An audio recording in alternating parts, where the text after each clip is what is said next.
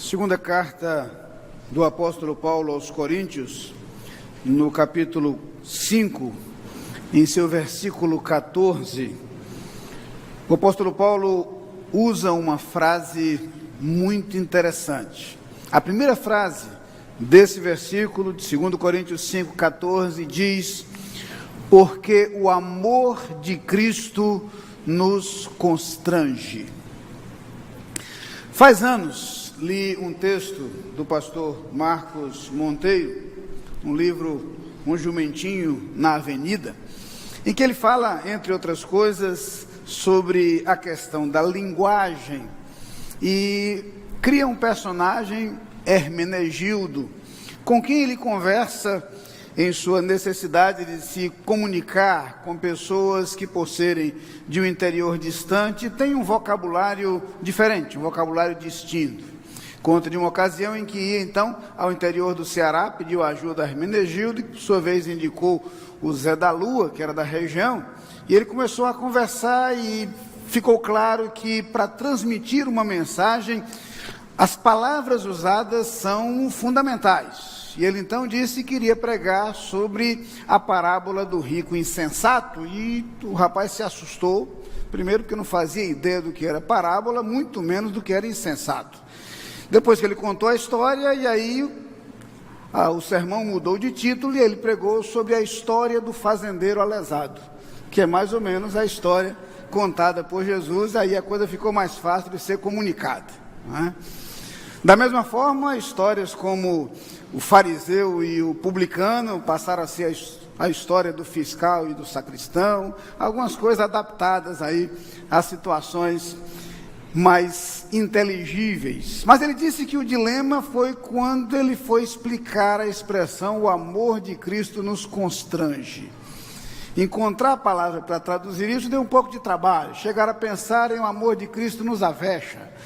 Mas a ideia não era tanto de urgência. Finalmente, ele encontrou a expressão talvez mais próxima, e ele passou a falar sobre "o amor de Cristo nos aperreia". Todas as vezes que eu leio esse texto, eu me lembro dessa história lida já há algum tempo. E essa expressão é intrigante. O que teria querido Paulo dizer ao escrever "o amor de Cristo nos constrange"? A palavra traduzida por constrangir aqui, o verbo sineco, é a junção do prefixo sin, que significa sempre junto, já conhecemos bem essa expressão, com o verbo eco, que é o verbo ter, literalmente ter junto, ajuntar. Curioso perceber que, na verdade, a palavra na língua grega acaba tendo um uso muito semelhante ao uso da palavra constranger no nosso vocabulário comum, na língua portuguesa e em nossa pátria. Na verdade, o verbo acabou ganhando o sentido de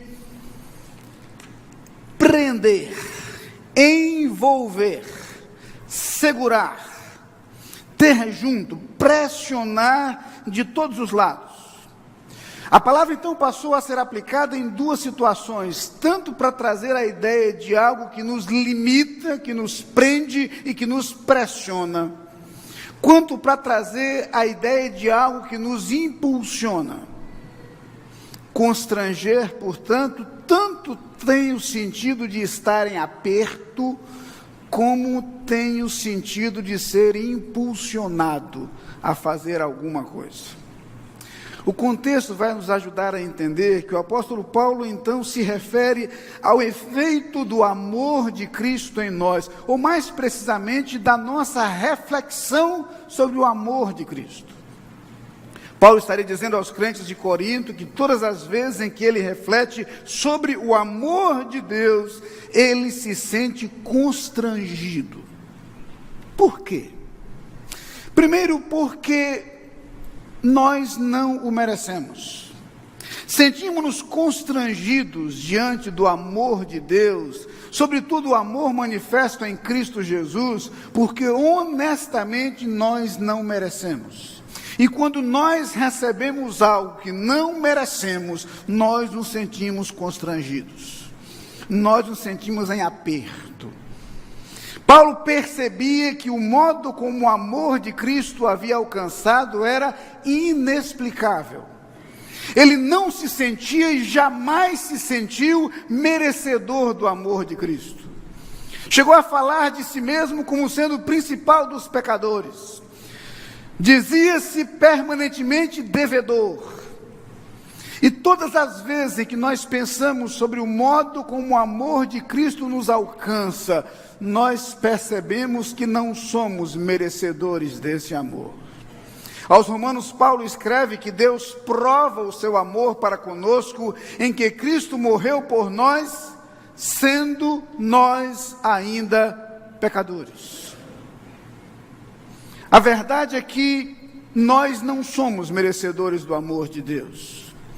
Sobretudo o amor demonstrado na cruz, quando o Filho de Deus entregou a sua vida e sofreu ao extremo por mim e por você. Nós não merecemos esse amor.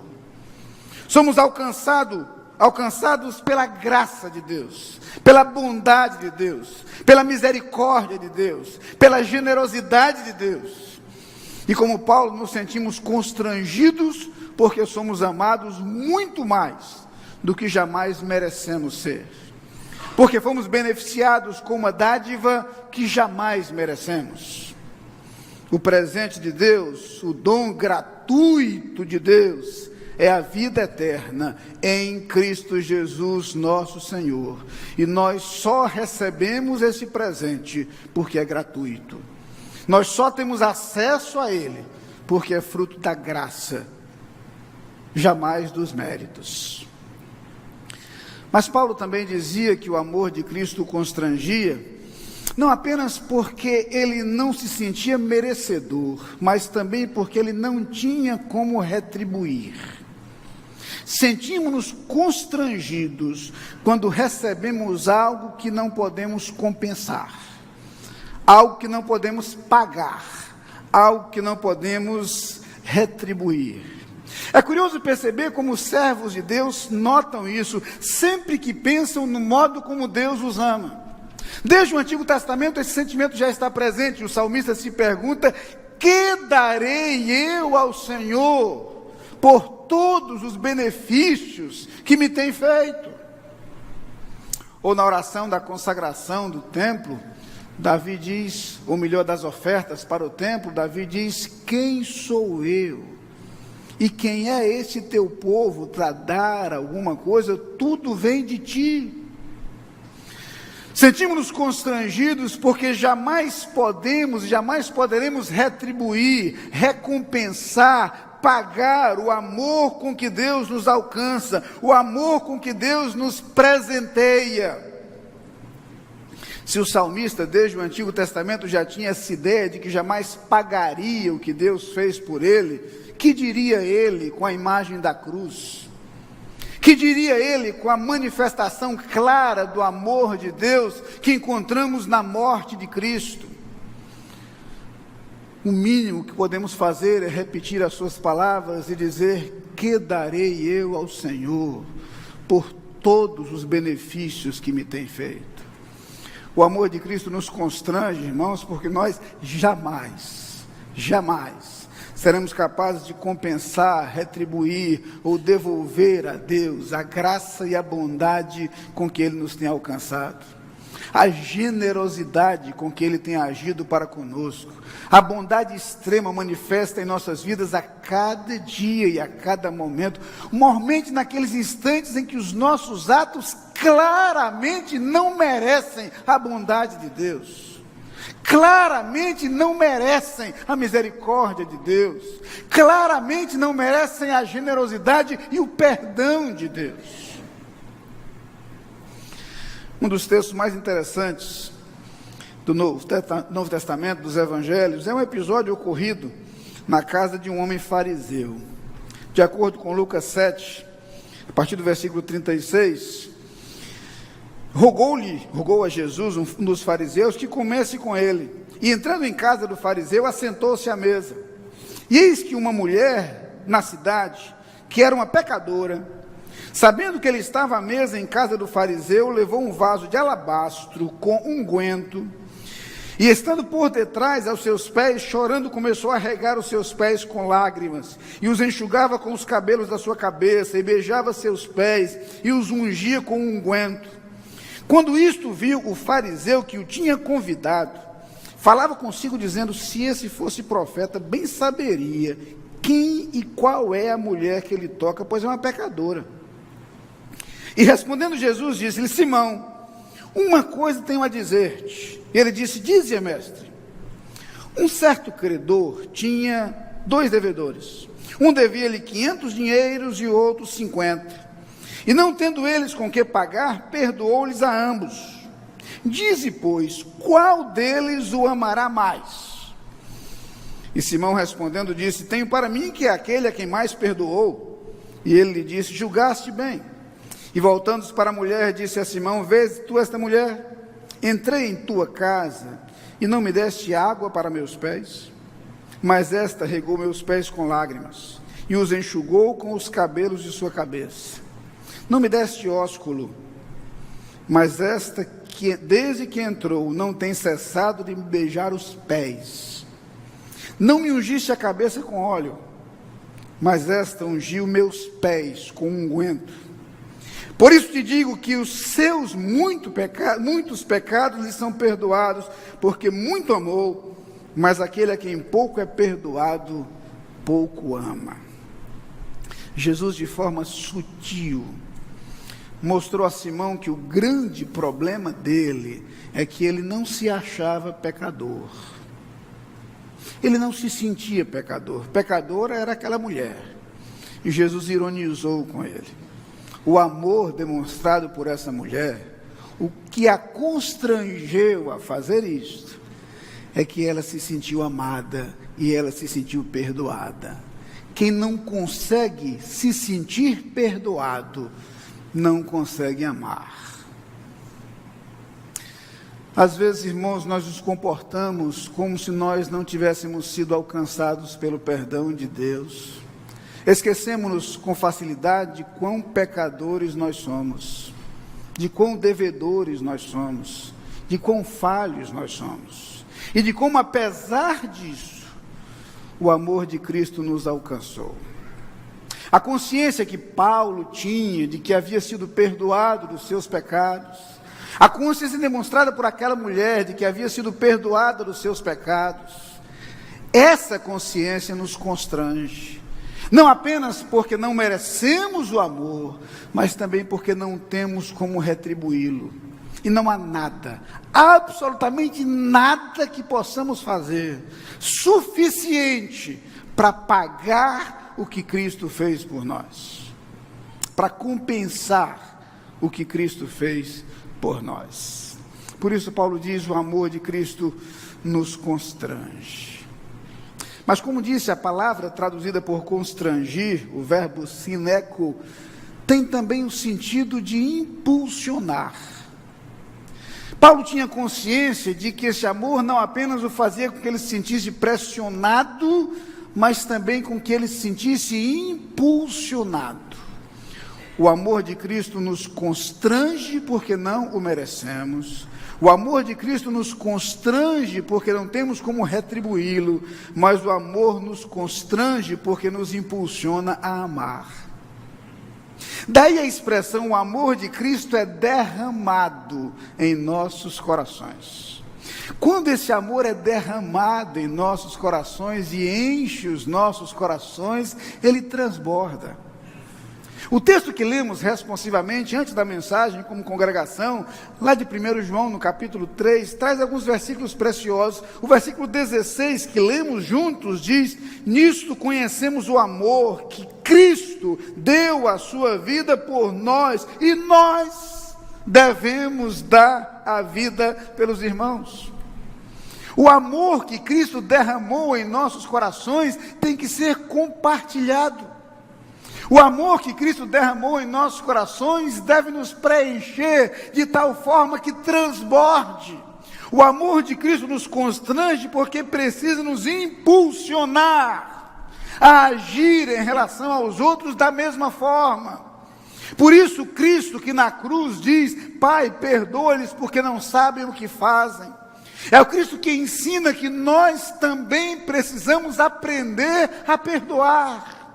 É o Cristo que na oração do Pai Nosso faz uma clara conexão. Perdoa as nossas dívidas, assim como nós perdoamos aos nossos devedores. O perdão que nos é concedido por Deus precisa nos mover a perdoar. Quem se sente verdadeiramente perdoado precisa se tornar um verdadeiro perdoador. Em certa parábola, Jesus falou daquele servo a quem foi perdoado uma grande dívida, mas que foi incapaz de perdoar ao outro que lhe devia muito pouco.